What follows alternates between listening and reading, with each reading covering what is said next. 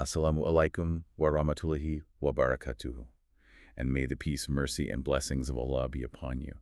Um, I want you to imagine, just for a second, that you are standing in the middle of a vast, completely empty desert. Oh, wow. Okay. Setting the scene early. Yeah, right. And it is midnight. I mean, there is no moon. There are absolutely no city lights glowing on the horizon, like no ambient light pollution whatsoever. Just absolute pitch black darkness. Exactly. You are staring up at a sky that is just completely black. It's this heavy, almost suffocating kind of darkness that you can practically feel pressing against your skin, you know? Yeah, that kind of true darkness is actually really disorienting for us today. Right. And then, without any warning, a single blinding star pierces right through that darkness. Doesn't just like twinkle or softly shine. It's aggressive. Yes, it aggressively cuts through the blackness like a diamond drilling through a sheet of glass. It is sudden, it's alarming, and it completely commands your attention. It's an incredibly jarring visual to put yourself in, especially, if you think about the sensory deprivation of a 7th century desert night. Oh, absolutely. When that light hits, it fundamentally alters your reality in that exact moment. And that exact visual, that sudden, violent piercing of light in the dark, is the literal starting point for one of the most profound, logically airtight, and honestly spiritually transformative chapters in the entire Quran. Surah At-Taariq. Surah At-Taariq, chapter 86. Today, we're going on a really comprehensive, verse-by-verse deep dive into this specific revelation. It's going to be a big one. It really is. Now, just to ground you in the context, this is a Makki revelation. It consists of just 17 verses. Very short, actually. Yeah, very short. But the environment it was revealed into was a pressure cooker. We're talking about Mecca during a time of intense, systematic opposition. Right, the early days. Exactly. This was a society deeply entrenched in polytheism, and not just as a religious preference, but as a massive economic engine. Oh, yeah. It was their entire livelihood, the pilgrimage trade. Right. And they totally denied the concept of the hereafter. Yeah. And they were actively, often violently, resisting the Prophet Muhammad's message of monotheism. The stakes there couldn't have been higher, really. I mean, this was roughly the 36th revelation in the chronological order of the Prophet's mission. So still super early on. Very early. The early Muslim community was incredibly vulnerable then. They were facing mockery, social boycotts, physical torture. This is relentless pressure. Relentless. So Yeah. when a revelation like this came down, it wasn't just like a theological lecture, right? It was a psychological lifeline. A lifeline. I like that. Yeah, it was this cosmic framing device designed to keep them from breaking under the pressure. And what we're doing in this deep dive today is synthesizing centuries of Sunni Orthodox scholarship to truly unpack what this text was doing back then and what it does to us right now. Bridging that gap. Exactly. Yeah. We are pulling from the classical linguistic mastery of scholars like Al-Tabari and Ibn Kathir. The heavy hitters. Oh, the absolute heavy hitters. And we're going to look at the dialectical, razor-sharp logical reasoning of Fakhr al-Din al-Razi. I love Razi's approach. So logical. It really is. Plus, we're bringing in the deep, almost surgical, spiritual treatises of Ibn Taymiyyah and his student Ibn Qayyim al-Jawziyah. But the text isn't locked in the past, right? I mean, we are also bringing in modern socio-political and psychological insights. Right, from contemporary figures. Yeah, people like Sayyid Qutb, Numan Ali Khan, and Dr. Yasir Qadhi. We really need to see how a text revealed in a harsh desert environment maps perfectly onto the paved roads of the 21st century. Because our mission today is to extract actionable, life-altering lessons from the very first verse to the last. Nothing purely theoretical. Right. We are going to look at how a 7th century revelation perfectly diagnoses modern human anxieties. I'm talking about things you probably feel every single day. Like that deep-seated, creeping loneliness in a hyper-connected world. Yes. Or our unchecked, almost reflexive arrogance as a modern species. Oh. And, that overwhelming, suffocating feeling we all get when we look at the news and see nothing but worldly oppression. The sheer density of meaning in the Quranic discourse is what makes that kind of diagnosis possible. I mean, the linguistic precision is phenomenal. Every single word is doing work. Every word, every grammatical shift is doing heavy lifting. Let me try to put this into perspective with an analogy for you.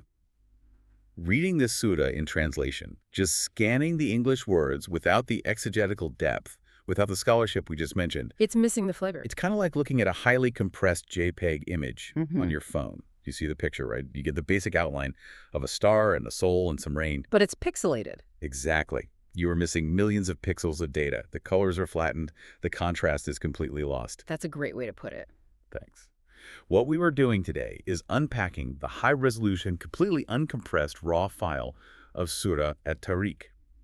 We're zooming in on every single pixel to see the intricate design. That analogy actually captures the necessity of tafsir, or Quranic exegesis, beautifully. Because before we even look at the first verse, it's crucial to understand the methodological frameworks of those scholars you listed. Right, because they're not all doing the same thing. Not at all. Yeah. We're reading an ancient Arabic text, and these scholars are providing different lenses to view that raw file. And depending on which lens you attach to the camera, you extract entirely different jewels from the exact same verse. Give me a concrete example of that. Like, how does the lens actually change the reading? Okay, let's take Muhammad ibn Jarir al-Tabari, who wrote his massive commentary in the 9th century. Okay, Tabari. His tradition is heavily transmission-based. He is going to focus intensely on the etymological roots of the Arabic words and compile all the early reports from the Prophet's companions like Ibn Abbas. So he wants the history. Right. He wants to know, on a really granular level, what those cosmic oaths meant to the early Arabs who first heard them in that desert. Got it. But then you shift to someone like al-Qurtubi in the 13th century. He looks through the lens of jurisprudence, or fiqh. Legal stuff. Yeah, exactly. He isn't just interested in the linguistic root. He emphasizes the practical rulings, the moral and legal implications of divine surveillance. And he heavily references ancient Arab poetry to prove how words were used in everyday vernacular. Ah, okay. So Tabari is giving us the deep roots and historical transmission, while Qurtubi is mapping out the practical, day-to-day application and the linguistic culture of the time. Precisely. And then, if you jump all the way forward to the mid-20th century with a thinker like Sayyid Qutb, the lens shifts dramatically again. Right, because his context was totally different. Completely different. Qutb looks at the surah through what is called a Haraki lens, a socio-political movement perspective. Because he was writing from prison, wasn't he? Yes, he wrote much of his commentary while imprisoned, so he views the text as a radical manifesto against oppressive ideological systems. He focuses on the power dynamics, the battle between human tyranny and divine decree. The text hasn't changed, but the angle of illumination reveals different facets of the same truth. That context is so vital. Now, before we actually read the text, there's another layer of context I really want to establish. How was this surah actually utilized in the daily life of the Prophet Muhammad? Right, it wasn't just a book on a shelf. Exactly.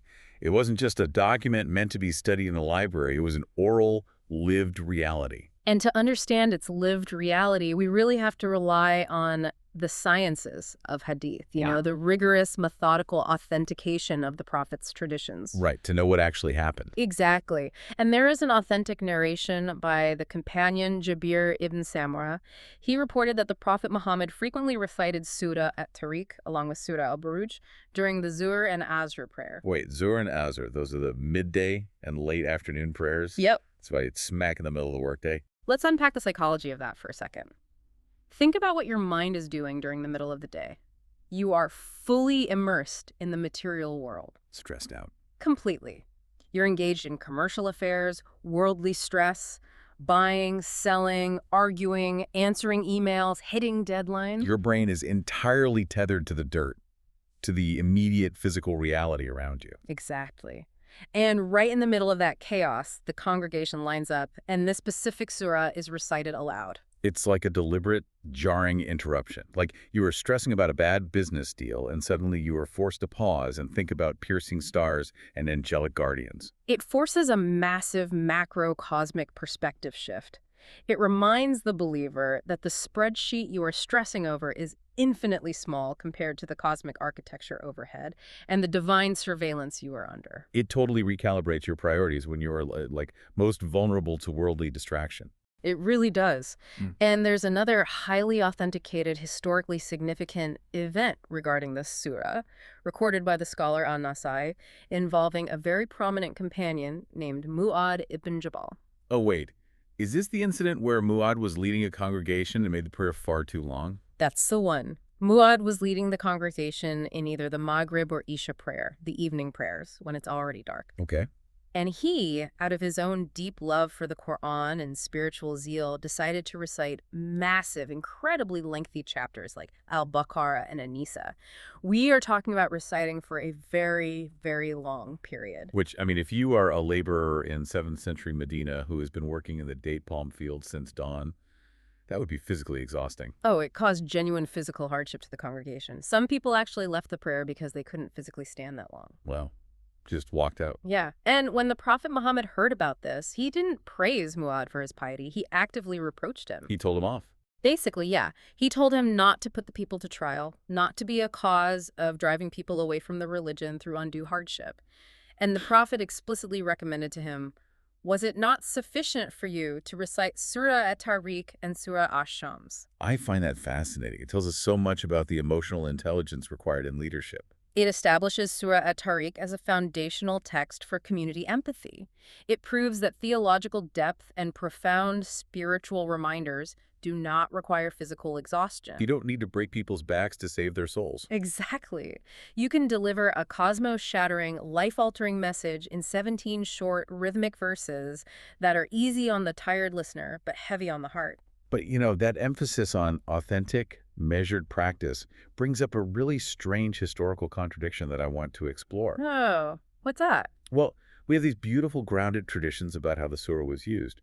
But then, historically, you have these wild, fabricated shortcuts that people circulated about this specific chapter. Ugh, the fake hadiths. Yes.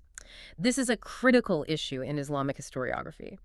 Scholars of hadith criticism, absolute giants in the field like al-Dahabi and Ibn Rajab al-Hanbali, dedicated their lives and massive volumes of literature to identifying, exposing, and filtering out these anomalies from the religious corpus. What kind of fabrications were people making up? Like, what were the false promises attached into Surah At-Taariq? Well, there's a very widely circulated but entirely fabricated tradition that was falsely attributed to the companion Ubay ibn Ka'b. The forgery claims that whoever recites Surah At-Taariq will automatically receive 10 good deeds for every single star in the sky. Wait, 10 good deeds for every star in the known universe? Yeah. Just for reading 17 verses. The sheer math on that is absurd. Classical Sunni scholarship universally and aggressively rejected this as a complete fabrication. I would heard so. Yeah. And another popular fabrication, often misattributed to Ali ibn Abi Talib, claims that simply reciting the surah is equivalent in reward to reciting 2/3 of the entire Quran. Also completely fake. Again, experts in textual criticism flagged this immediately. It lacks any reliable chain of transmission. It's a lie. I am really struggling to understand the motive here. Why are humans so drawn to these mathematically absurd, fabricated rewards? Is it just pure laziness, like we want the ultimate spiritual capital, but we don't want to do the heavy lifting of actually changing our behavior? That is exactly the psychological trap, and the classical scholars diagnosed it brilliantly. Ibn Rajab, in his treatises, warns heavily against a concept called takalluf. Takalluf, what does that mean exactly? It basically translates to religious affectation, performativity, or taking on artificial burdens. We are naturally drawn to exaggerated promises because they cater to the ego's desire for a cheat code. Right. A get-rich-quick scheme for the soul. Exactly. They offer maximum spiritual payout for minimum internal effort. But classical scholars fiercely rejected these forgeries because spiritual progression in the Islamic framework is intimately, inextricably tied to authentic revelation and deep, agonizing contemplation. Real work. Right. What is called tadabbur. So you can't just, speed read the surah, mentally claim your 10 billion star points, and then go about your day being the exact same arrogant, flawed person you were yesterday. The goal isn't point accumulation. The goal is transformation. Transformation is the only metric of success here, and that transformation in Surah At-Taariq begins immediately, with a visual that is designed to shock you awake. Okay, let's look at the opening verses then, verses 1 through 4. By the heaven and the nightcomer. And what can make you know what the nightcomer is? It is the piercing star. There is no soul, but that it has over it a protector. Such a powerful opening. Let's start with the linguistic breakdown of the nightcomer. In Arabic, this is At-Taariq. Yes, the surah opens with a cosmic oath, a qasam. This is a rhetorical device frequently used in Makki surahs. God swears by elements of his creation to instantly arrest the listener's attention and establish the immense gravity of the truth that is about to follow. It's like a linguistic alarm bell. Exactly. When the creator swears by the creation, you need to pay attention to both the object of the oath and the subject it's pointing to. Let's pause on the word At-Taariq for a second. It comes from a very specific trilateral root, right? Yeah, the root is taraka. Fundamentally, in classical Arabic, it denotes the action of striking or knocking. And by cultural extension, it came to mean traveling or arriving at night. Knocking at night. Right. Al-Tabari and Al-Qurtubi provide incredible cultural context here that we entirely miss in the modern world. Historically, Arabs traversing the desert did not knock on doors or tent poles during the daytime Wait, really? Why not? because the desert is vast and flat. You could see someone approaching from a mile away. The cultural norm was to simply announce yourself verbally from a distance as you approached a camp in the daylight. Oh, that makes sense. No need to knock if everyone sees you coming. Exactly. Therefore, the physical act of knocking Taaruk was almost exclusively reserved for the night visitor. And in the context of a harsh, dangerous desert environment, an unexpected knock on your door at 2 a.m. isn't just a friendly visit. No, not at all. It's alarming. It means there's an emergency. It means something has happened that absolutely cannot wait until morning. That is the exact psychological state the word induces. At-Taariq represents a phenomenon that pierces through the darkness abruptly, undeniably, and demands your immediate panicked attention. It literally jolts you out of your sleep. And the Quran doesn't leave us wondering what this specific nightcomer is either. Verse 3 answers the rhetorical question of verse 2. An-Naj at-Thaqib, the piercing star. Right. The companion, Ibn Abbas, who is known as the premier exegete among the early Muslims, defined this term as the illuminating. Illuminating. Yes, it signifies a celestial light so intensely bright, so focused, that it literally seems to bore a hole through the thick black canopy of the night sky. But there is a deeper theological layer to this, beyond just the astronomy, right? It's not just a pretty star. Oh, definitely. It is a defensive mechanism. The classical scholar Ikrimah added that this piercing star is the specific star that burns the shaitan, the devils or jinn who attempt to ascend and eavesdrop on the higher heavens to steal divine decrees. Oh, wow. So the text instantly links the physical, visible light that you can see with your eyes to an unseen spiritual reality of absolute security and defense. It bridges the visible and the invisible instantly. So we have this massive, alarming, piercing, cosmic visual of a star drilling through darkness. And then verse 4 delivers the object of theos, the whole reason God swore by the sky and the star in the first place. The payload of the verse. Right. There is no soul, but that it has over it a protector. In Arabic, the word used is a hafid. This is a breathtaking transition. The macrocosmos of the universe connects instantaneously to the highly personal, microscopic reality of your individual soul. From the stars straight down to you. Yeah. Ibn Kathir uses his signature methodology of intertextuality here. He explains the Quran with the Quran. He links verse 4 directly to another chapter, Surah At-Taariq, verse 11, which explicitly states that humans have attendant angels assigned to them by Allah's command, constantly shifting in succession before them and behind them. So we're talking about physical angelic guardians. Real entities, yes. Al-Qurtubi expands on this classical understanding. He clarifies that this hafid, this guardian angel, serves a dual, continuous purpose throughout your entire life. Okay, what's the first purpose? First, they protect your physical body and soul from any harm, accident, or malicious spiritual attack that has not been explicitly divinely ordained for you. Wow.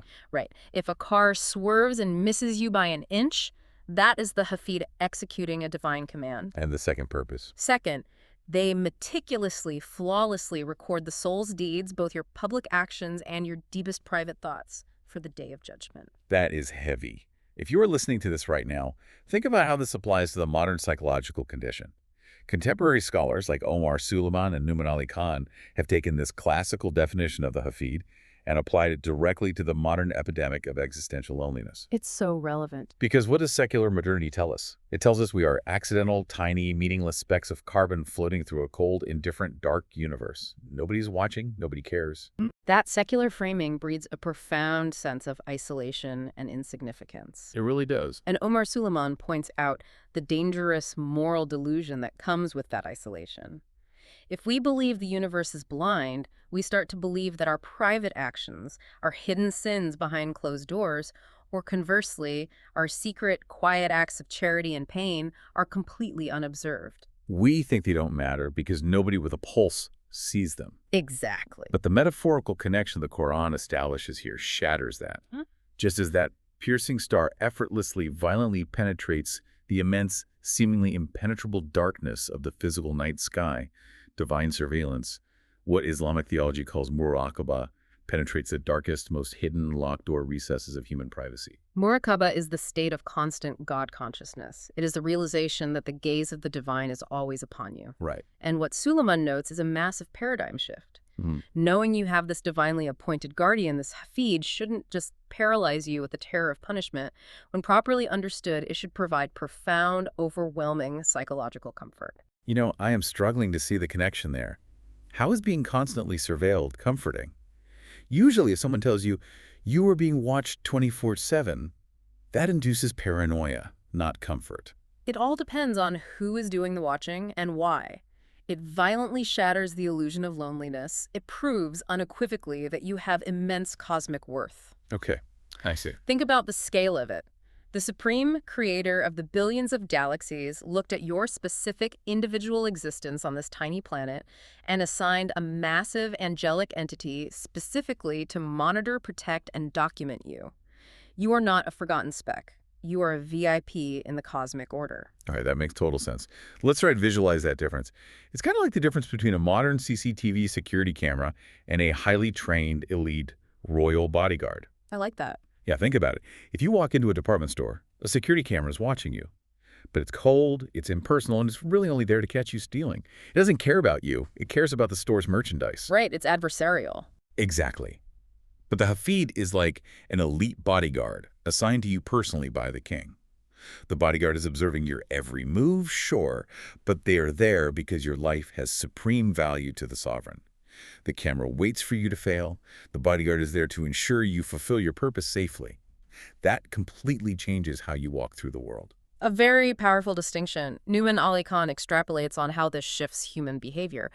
When a person truly internalizes that they are a VIP under constant, loving, but strict observation by a higher power, it shifts their entire psychological baseline. How so? They stop acting like what Khan provocatively calls a perpetually panting dog. A panting dog. That's quite an image. What does he mean by that? He means a person who is just endlessly chasing the next worldly desire. You know, the next promotion, the next dopamine hit on social media, the next luxury item.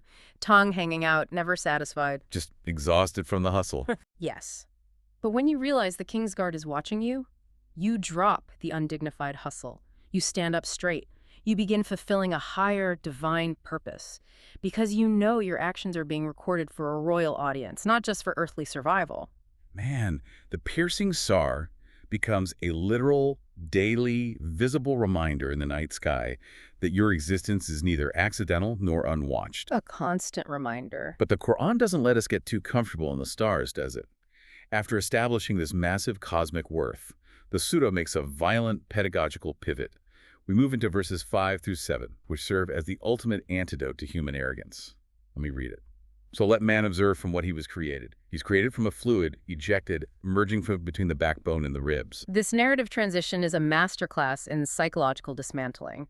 The Quran is directly addressing the Meccan polytheists. And remember, these were men with massive egos. Warlords, basically. Right, they were tribal leaders, men who commanded armies and controlled the regional economy. They were mocking the prophet and denying the hereafter because they felt untouchable. Untouchable and self-important. Exactly. To completely dismantle that arrogance, the text intentionally snaps the listener's attention away from the majestic, awe-inspiring macrocosmos of the stars and forces them to look straight down at the fragile, messy, almost humiliating reality of human biology. It's the ultimate reality check. It's like, Yeah. you think you are a god? Look at the bodily fluid you are made of. The text issues a command. Let man observe, let him deeply investigate his own origin from a gushing fluid main to fic. And then verse 7 locates the origin of this process, stating it emerges from between the sulb, the backbone or loins, and the tara'ib, the ribs or chest bones. Now, we need to pause here and address something impartially, because if you read this verse in a modern context, it generates a lot of debate, right? Yeah. There appears to be a collision between classical linguistic literalism and modern embryological science. Let's explore that gap. It is an important discussion. We should look at it objectively. Classical exegetes, like Al-Tabari and Ibn Kathir, were interpreting this text based on early Arabic linguistic usage and the anatomical understanding available in the 7th and 8th centuries. Which was obviously pre-modern medicine. Exactly. They generally interpreted the word sulb as referring to the man's backbone or lower loins, and they interpreted tar'ib as referring to the woman's chest, specifically the area where a necklace rests. Right. Ibn Kathir explicitly notes that human formation requires the combination of fluids originating from both of these distinct areas. This was entirely consistent with the medical paradigm of their era. But if you open a modern medical textbook today, it locates the production of reproductive cells, sperm, and eggs Yeah. in the testes and ovaries, which are located in the pelvic or lower abdominal region.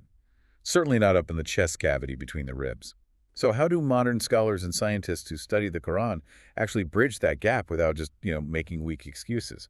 Contemporary scholars approach this epistemological gap, the tension between ancient descriptive vocabulary and modern empirical science, through a couple of different, highly researched interpretative frameworks. The first is a strict embryological approach. Okay, walk me through the embryological approach. Modern medical doctors point out that during the very early embryonic stage of human fetal development, the gonads, the tissue that will eventually become the testes and ovaries, actually originate high up in the abdominal cavity, right near the kidneys. Wait, really? So they start up high near the ribs and the spine? Yes, exactly. This location is literally situated directly between the spinal column, the sulb, and the lower ribs, the tara'ib. Oh, wow. I had no idea they started up there. It is only much later in the gestation process that these organs descend into the pelvis and scrotum to their final anatomical positions. So, under this interpretative lens, the Quran is not describing the adult anatomy at the moment of conception. It is referencing the profound, hidden embryonic source of the reproductive organs themselves long before the human is even born. That makes perfect anatomical sense when viewing the human life cycle holistically. That's fascinating. What's the other framework? The other approach is more metaphorical and neurological. The renowned translator Abdullah Yusuf Ali utilizes this framework. He interprets the ejected fluid, or seed, metaphorically, as the quintessence of the human body. The quintessence. Right.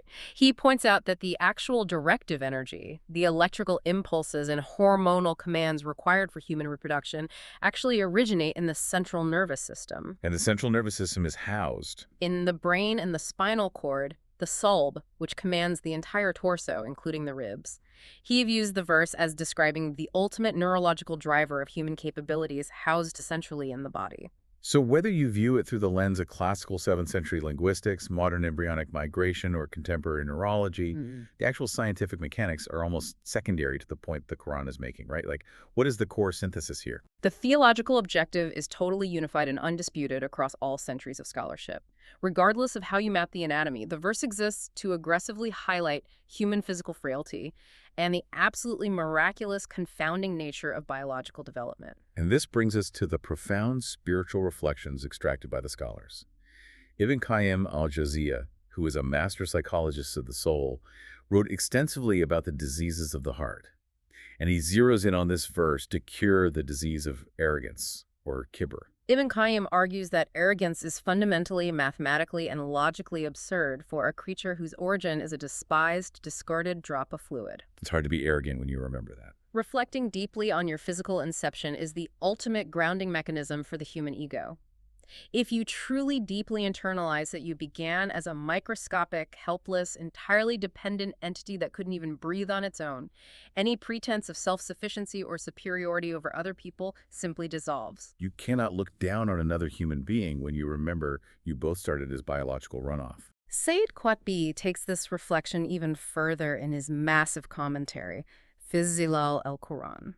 He marvels at what he calls the wide gulf. The wide gulf. Yeah. Just think about the distance traveled. You start as this microscopic, unconscious drop of moisture. And over a few decades, you end up as this highly intelligent, rational human being with a complex nervous system, self-awareness, emotional depth, and the sheer audacity to look up at the sky and debate the existence of the universe. That is a massive gulf. Qutb argues that this unimaginable transformation from fluid to philosopher definitively proves the active, continuous intervention of a higher power. You did not build yourself. You didn't design your own retinas. That's a very fair point. But let me push back on this a bit, because it is a hard pill to swallow for the modern ego. Oh, absolutely. Everything in our current culture tells you that you are a self-made island, We worship the self-made billionaire, the self-taught genius, the independent hustler. The Quran is essentially telling these powerful, rich Meccan leaders, and by extension us, don't flatter yourselves, look at the bodily fluid you're literally made of.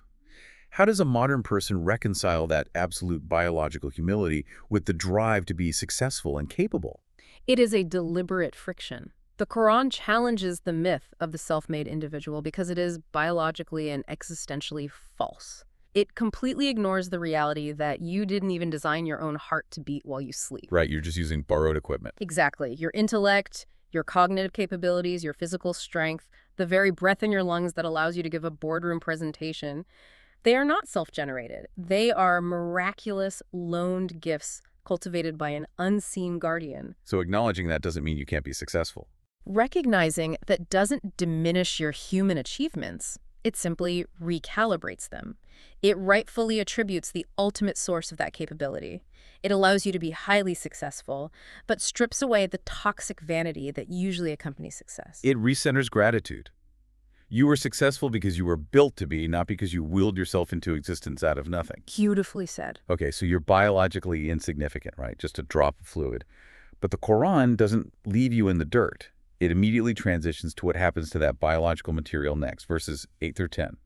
The inevitable return and the unmasking. Verse 8 states simply, indeed, Allah, to return him to life, is able. This is where Fakhr al-Din al-Razi's dialectical philosophical reasoning really shines. The Meccans mocked the entire concept of bodily resurrection. They thought it was a ridiculous fairy tale. When bones turn to dust, how can they come back? It's the classic skeptic's argument. Exactly. But al-Razi points out the inescapable logical trap the Quran has just set for them. The text has just established an airtight, observable, rational premise.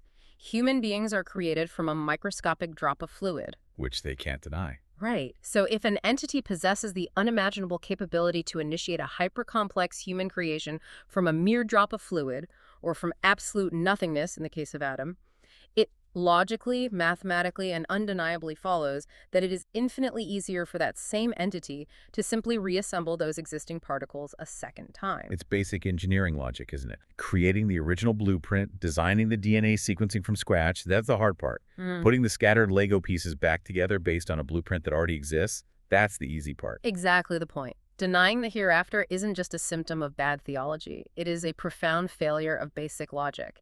And Ibn Kathir cross-references this verse with Surah Ar-Rum, verse 27, which explicitly spells out this logic. And he it is who originates the creation, then he will repeat it, and this is easier for him. It absolutely seals the intellectual argument. But the resurrection described in Surah At-Taariq isn't just about dead bones and physical bodies coming back to life. Verse 9 hits us with the terrifying psychological reality of that return. The day when secrets will be put on trial. The day of secrets. Tubla Asara Air. This is perhaps the most terrifying eschatological reality presented in the chapter. It moves from physical resurrection to absolute psychological and moral exposure. The Arabic word tubla is incredibly rich and graphic. What does it imply? It implies a severe, agonizing testing. It means examining, squeezing out, and laying completely bare. Squeezing out. That is a visceral image, like wringing out a soaking wet towel until every single hidden drop of water is forced out onto the floor. That is precisely the metaphor. Think about the psychology of holding a secret. In this worldly life, we survive by hiding our true intentions. We hide our petty jealousies, our selfish motives, our past mistakes. We hide behind social status, carefully crafted reputations on social media, expensive PR campaigns, or just outright deception. We present a curated avatar to the world. We do, but on that day, the internal avatar is destroyed, and the internal reality becomes the external, inescapable truth. Ibn Kathir provides a chilling, authentic hadith to illustrate the sheer horror of this exposure, narrated by Ibn Umar in the collections of Bukhari and Muslim. What is the imagery used in that hadith? The Prophet Muhammad stated that on the day of resurrection, every betrayer, every deceiver, everyone who lived a double life will have a massive, highly visible flag raised and planted firmly behind them. A physical flag. A literal marker. And a public announcement will be broadcast to all of creation, every human and angel from the beginning of time. This is the betrayal of so-and-so, the son of so-and-so. Oh, wow. The internal, quiet deception you thought you hid perfectly in the dark will become an unavoidable, towering, external badge of humiliation. That is deeply unsettling. And that ties perfectly back to what we were talking about earlier with the scholars Ibn Taymiyyah and Ibn Rajab regarding takaluf, religious performativity, and fake piety. Yes, the connection is direct. They utilized the terror of Tubal Aser to warn the believers against faking their religion. If your outward display of piety, your long prayers, your public charity, your religious vocabulary lacks internal sincerity, it is completely worthless. It's just a show. Exactly. If your hidden motives are actually envy, holding grudges, or just showing off to gain community respect, all of that will be exposed as entirely hollow when the secrets are brutally squeezed out. The ultimate metric of success in the Islamic paradigm is the perfect alignment of your private, hidden reality with your public persona. Verse 10 finalizes this terrifying scene of exposure. Then man will have no power or any helper. Ibn Kathir makes a vital linguistic distinction here that is lost in English translations. The word used for power is quwa. This specifically refers to internal strength, physical prowess, intellect, or your personal capability to fight back and save yourself. Okay, so quawa is internal. Right. And the word used for helper is nasir. This refers to external alliances, your tribe, your political connections, your immense wealth, your lawyers, your family. So the text is systematically stripping you of every defense mechanism. On that day, both your internal strength and your external network are perfectly obsolete. You stand utterly alone, completely exposed, and utterly vulnerable before the divine justice. It's like undergoing a massive, relentless corporate audit. But instead of the auditors looking at your financial receipts and tax write-offs, it's an audit of your hidden motives, your silent grudges, your secret internet searches, and your hidden envies. A spiritual audit. Exactly. And unlike the real world, you can't hire an expensive PR firm, a Nasir, to spin the narrative for you and manage the fallout. And you don't have the personal leverage, the quawa, to bribe the auditors or fight them off. The truth is absolute. It is the ultimate leveling of the human playing field. No wealth or status can shield you from the wringing out of your own soul. And just as the listener is absorbing this heavy, terrifying reality, the text pivots again, returning to the macrocosmos to prove its point. Verses 11 through 14. All right, we get a second set of majestic cosmic oaths. By the sky which returns rain and by the earth which cracks open. Let's define the specific Arabic terms used here, because they are layered. Dati Raji, the returning sky, and Dati Sad, the cracking earth. The classical view, championed by Al-Tabari and Al-Qurtubi, interprets the returning sky as the cyclical, life-giving rain. Al-Qurtubi cites extensive ancient Arab poetry to demonstrate that the term Raj was synonymous in the desert culture with the seasonal rains that reliably returned every year to revive the dead, parched earth. And the cracking earth. Correspondingly, the cracking earth refers to the dry, barren, concrete-like ground, literally splitting and fracturing open to allow delicate green vegetation to miraculously push through and emerge. But just like with the biology verse we discussed earlier, modern scientific discovery has added a fascinating literal layer to this linguistic root, right? It definitely has. Modern scientific interpretations note that the atmospheric layers of the Earth, specifically the ionosphere and the ozone layer, literally function by returning. They reflect or return deadly, harmful solar radiation back into deep space, shielding and protecting life on Earth. And they return water, too. Exactly. They also return evaporated water vapor back down to the surface as precipitation. The beautiful, miraculous nature of the Quranic Arabic is that the semantic range of the word rajas seamlessly accommodates both the ancient agricultural observation of rain and the modern atmospheric discovery of radiation reflection. I really want to focus on the structural brilliance of the text here. What modern Quranic scholars refer to as wida maduiya, or the thematic coherence of the surah. Oh, this is such a great point. Numan Ali Khan points this out in his lectures. Right, and it's one of those things that is mind-blowing when you finally notice the narrative flow. Why does the Quran suddenly start talking about returning rain and cracking earth right after spending 3 verses talking about dead bodies rising from the grave and having their secrets exposed? This is where the profound logic of the Quran really shines. It's because the macrocosmos is constantly visibly proving the reality of the microcosmos. The universe is acting it out. Exactly. The dead, barren earth being revived via returning rain and physically cracking open to produce fresh life. is the literal, observable metaphor for human resurrection. That's incredible. Every single time you see a dead, brown landscape turn vibrantly green after a spring storm, you are watching a preview of the Day of Judgment. You are watching dead matter reassemble into life. The entire universe, in its natural cycles, is testifying the truth of the resurrection. And what is the conclusion drawn from these natural cycles swearing an oath? Verses 13 and 14 deliver the verdict. Indeed, the Quran is a decisive statement, and it is not amusement. A decisive statement. In Arabic, qalun fazl, and not amusement, hazel. To understand why it says this, you really have to look at the Meccan reaction. The Quraysh frequently tried to brush off the Prophet's message. They called it poetry, they called it ancient myths, or they just dismissed it as entertainment. Just a story to pass the time. Right. And they did this intentionally to maintain their social and economic order. Think about it. If you classify a divine warning as just beautiful poetry, you can appreciate it aesthetically, maybe recite it at a gathering, and then completely ignore its moral demands. You neutralize the threat. But the text violently rejects that categorization. It says, no, it is fazl. It separates. It separates absolute truth from falsehood, like a sword cutting through cloth. The ultimate life lesson here regards how a believer in any era must interact with Scripture.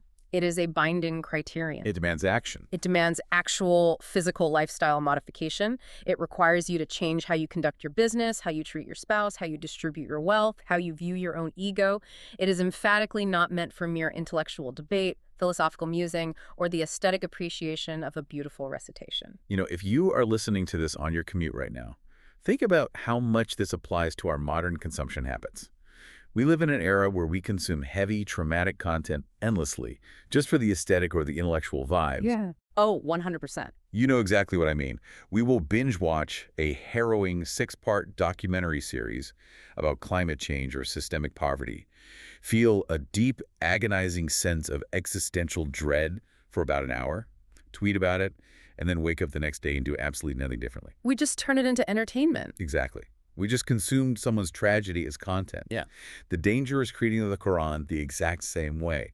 How do we stop treating the Quran like just another piece of content to consume and start treating it as fossil, a decisive call to action? That is arguably the greatest spiritual challenge of the information age. Scholars like al-Dahabi and Ibn Taymiyyah utilize this very concept of fossil to champion strict, uncompromising adherence to the authentic sunnah of the Prophet. They saw the danger of treating it lightly. They did.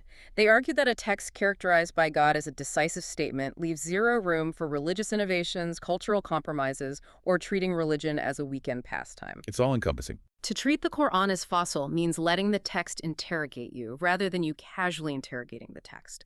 When it says abandon arrogance, you don't just nod at the poetry. You must actively dismantle your ego in your very next conversation. It requires submission, not just consumption. Which brings us to the final, incredibly tense verses of the surah, verses 15 through 17, divine strategy and the shepherd's dog. Look at the journey we've been on.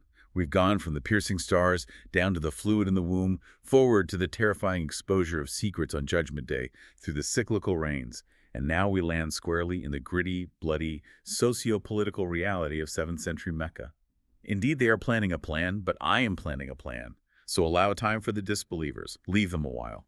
To truly feel the weight of these closing verses, we must vividly set the scene. The Quraysh, the ruling, aristocratic tribe in Mecca, were actively conspiring. This wasn't a theoretical disagreement over theology. They were holding secret, late-night councils in the Dar al-Nadwa to assassinate the Prophet. Literal hit jobs. Yes. They were systematically, publicly torturing vulnerable followers. Enslaved people like Bilal, who was pinned to the burning sand with a boulder on his chest, and Kebab, whose back was burned with hot coals. Horrific stuff. They were utilizing their vast wealth and political alliances to try and permanently extinguish this monotheistic movement before it dismantled their society. The text acknowledges their power. It says they are planning a plan, Kaidan, but then Allah responds, I am planning a plan. Also using the word Kaid. Now wait, I need to pause here because this brings up a massive, complex theological issue. The problem of evil, or what philosophers call theodicy. How can God scheme or plot?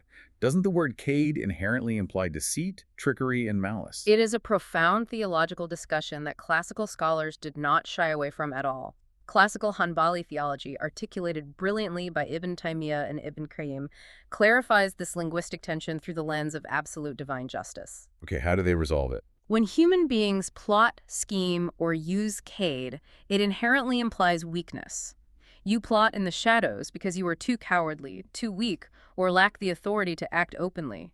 Human plotting is born of malice and treachery. But when that exact same word is applied to God, When applied to Allah, his kaid is strictly reactionary and perfectly just. It represents flawless, overarching justice and absolute, unmatched capability. because God doesn't need to hide in the shadows. Exactly. He isn't plotting out of weakness or deceit. He is neutralizing the evil plots of oppressors, using their own momentum against them. He gives tyrants just enough rope to hang themselves. He allows them to firmly believe they are succeeding, granting them worldly wealth and political power, while systematically, invisibly leading them into their own inevitable, devastating ruin. Syed Qutb applies his Haraki lens here, his socio-political perspective, and he points out the dark, powerful, almost mocking sarcasm in the text. Yes, Qutb's analysis of this passage is striking, especially considering he was writing from a political prison himself. Think about the massive narrative arc we just traversed in this surah. We started in the cosmos and went to the womb. Right. These human oppressors, these Meccan warlords, were just reminded a few lines ago that they were created from a fragile, despised, ejected fluid. They have zero inherent power. And yet, Here they are, gathering in their little secret rooms, attempting to wage a covert, strategic war against the supreme creator of the piercing stars, the angelic guardians, and the returning rains. Qutb calls it a laughable, completely one-sided battle, the sheer, blinding absurdity of human arrogance. for persecuted believers in all eras, whether in 7th century Mecca or anywhere in the world today facing systemic injustice, reading that the battle is fundamentally one-sided must provide the ultimate psychological fortification. It injects absolute certainty into the heart of the oppressed. It assures them that oppressive ideological structures, no matter how politically entrenched, wealthy, or militarily powerful they seem in the moment, are as fragile and temporary as the amusement condemned in verse 14. But let's be real for a second. Let's talk about the human experience. When you were the one being actively oppressed, when you are the one facing systemic injustice or personal abuse, waiting for that invisible divine plan to finally unfold, it's excruciating. It feels like abandonment. Yet, verse 17 commands, so allow time for the disbelievers, leave them a while. Dr. Yasir Qadhi speaks extensively about the theology of this wait, right? Yes, Dr. Qadhi frequently discusses what is academically termed assessment theodicy. Assessment theodicy, what does that mean? It's the concept that Allah deliberately uses pain, delay, and the plots of the wicked to fiercely test, purify, and ultimately elevate the spiritual ranks of the believers. When the early Muslims were being physically tortured in the hot sands of Mecca, crying out for relief, being told by revelation to simply wait and allow time, required an immense, almost superhuman level of spiritual fortitude. Because if you don't deeply understand the theology behind the fate, it just sounds like passive fatalism, like just give up, accept the abuse, don't fight back, God will handle it eventually. But it's not fatalism. It is highly strategic patience. It reassures the believers that divine justice is not constrained by our frantic human timelines or our immediate emotional urgency. The delay is part of the plan. The respite, the temporary victory granted to oppressors, is a deliberate divine stratagem. Justice is intentionally delayed to that terrifying day of secrets we discussed earlier to ensure that the vindication of the oppressed is absolute, undeniably public, and eternal, rather than just a messy, temporary worldly victory that fades in a generation. I want to bring in a concept here that perfectly illustrates how a believer should act while they are waiting. It's this brilliant metaphor from Ibn Taymiyyah, which he taught to his premier student, Ibn Qayyim, the shepherd's dog metaphor. Can you unpack that for us? I love this metaphor. It is one of the most beautiful, psychologically relieving encapsulations of this entire concept of divine reliance. Ibn Taymiyyah advised his students, if you are walking past a flock and the shepherd's dog violently barks at you, bares its teeth, and attempts to attack you, do not exhaust your physical energy aggressively fighting the dog. Because fighting the dog is pointless. Exactly. If you wrestle the dog, you will likely get bitten, you will exhaust yourself, and it's a massive waste of your strength. Instead, turn your attention away from the dog and look directly at the shepherd. Call out to the shepherd, ask for his intervention, and the shepherd will simply leash the dog for you, saving you all the trouble and pain. Wow. Let's apply that to our daily lives, because we spend so much of our limited time on Earth fighting the dogs, don't we? We really do. We burn ourselves out psychologically fighting every individual plot, arguing with every toxic coworker, battling every systemic enemy, and wrestling with every internal whisper of our own insecurities. We're constantly wrestling the dog. And it leads to massive spiritual burnout. The lesson here is profound resource management. Don't exhaust your limited spiritual and psychological resources fighting every individual manifestation of evil or hardship. Rely entirely on the shepherd, the creator, who has already explicitly declared in verse 15, I am planning a plan. Let him handle it. When you truly, deeply internalize that Allah is handling the overarching macro strategy of the universe, it leads to a state of true, unshakable contentment, what the classical scholars call rida. It is a state of deep joy and absolute reliance, even while the external trials are still barking at you. It's like playing a game of chess against a hyper-advanced AI supercomputer. Oh, that's a good analogy. The human opponent, the oppressor, the arrogant person, thinks they are making brilliant, aggressive, offensive moves. They take your knight, they trap your bishop, they dominate the center of the board. They genuinely think they are winning the game. They're not. No. What they fail to realize is that every single move they make, even their perceived victories, are actually being mathematically calculated and permitted by the supercomputer to lead them directly, unavoidably, into a devastating checkmate. That is exactly what Divine Cade is. It is perfect, unavoidable, flawless justice playing out on a timeline we simply cannot see. What an unbelievable text. Let's synthesize this incredible journey we've just been on. We have traversed an immense landscape in just 17 verses. It's amazing how much ground it covers. We started with the sudden cosmic knock of the piercing star in the dead of night. We zoomed all the way down to the microscopic, humbling reality of human biological origins in the womb. We vaulted forward to the end of time, to the terrifying, complete public exposure of our deepest secrets on Judgment Day. We look at the cyclical, returning rains as physical proof of resurrection, and finally we landed in the gritty, tense geopolitical reality of divine strategy outmaneuvering human oppression. The layers of meaning, the linguistic nuances, they are truly inexhaustible.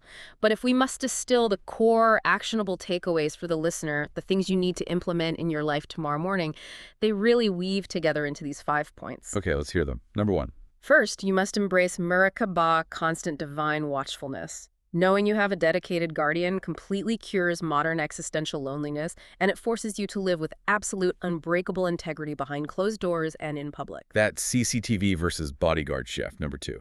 Second, you must actively eradicate your arrogance. Whenever your ego starts to inflate because of your bank account, your looks, or your intellect, immediately remember your fragile, entirely dependent biological origin from a drop of fluid. The ultimate humbler.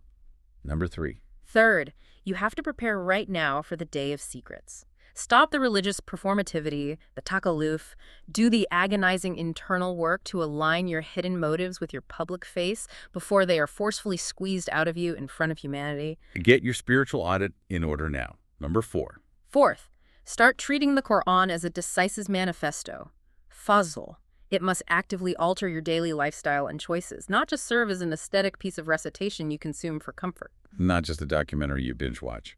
And the final point. And fifth, maintain strategic, unshakable patience.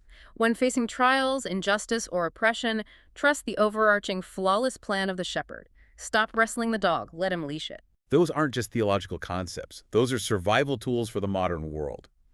I want to leave you, the listener, with one final provocative thought to mull over. Something we didn't explicitly unpack, but something that shows the divine fingerprint on this text. I'm intrigued. Consider the breathtaking, perfect symmetry of Surah At-Taariq. Just look at how it opens and how it closes. It opens with the blazing physical light of a piercing star in Naj at-Taqib, violently breaking through the massive, suffocating darkness of the physical night sky. Wow, okay. And it concludes with the blazing spiritual light of Allah's overarching justice, his cade violently breaking through the suffocating darkness of human oppression, tyranny, and scheming. The physical macrocosmos of the universe and the human socio-political reality are perfectly, flawlessly mirrored.